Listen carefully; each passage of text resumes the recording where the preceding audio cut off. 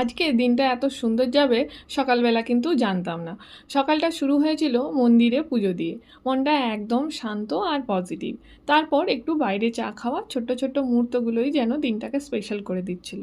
হঠাৎ করেই সৌরভ বলল, আজ যখন দিনটা এত ভালোই যাচ্ছে, তাহলে আর বাড়ি গিয়ে রান্না কেন, চলো বাইরে থেকেই ডিনার করে নিই।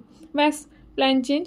আর আমরা চলে এলাম আমাদের ফেভারিট পাঞ্জাবি রেস্টুরেন্টে, বাবা দীপ সিং ধাবাতে। এখানে আমরা আগেও অনেকবার এসেছি, কারণ একটাই, এখানকার খাবারের টেস্ট একদম অথেন্টিক পাঞ্জাবি, এক কথায় অসাধারণ।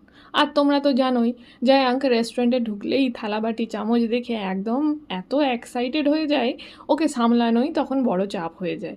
এর মধ্যেই চলে এলো আমাদের গরম গরম খাবার। আমরা অর্ডার করেছিলাম নান আর পনিরের সবজি, আর সাথে একটা বিশাল বড় গ্লাসে পাঞ্জাবি লস্যি। সত্যি বলছি, ওই একটা লস্যি দুজনে মিলে শেষ করতেই পেট একদম ফুল।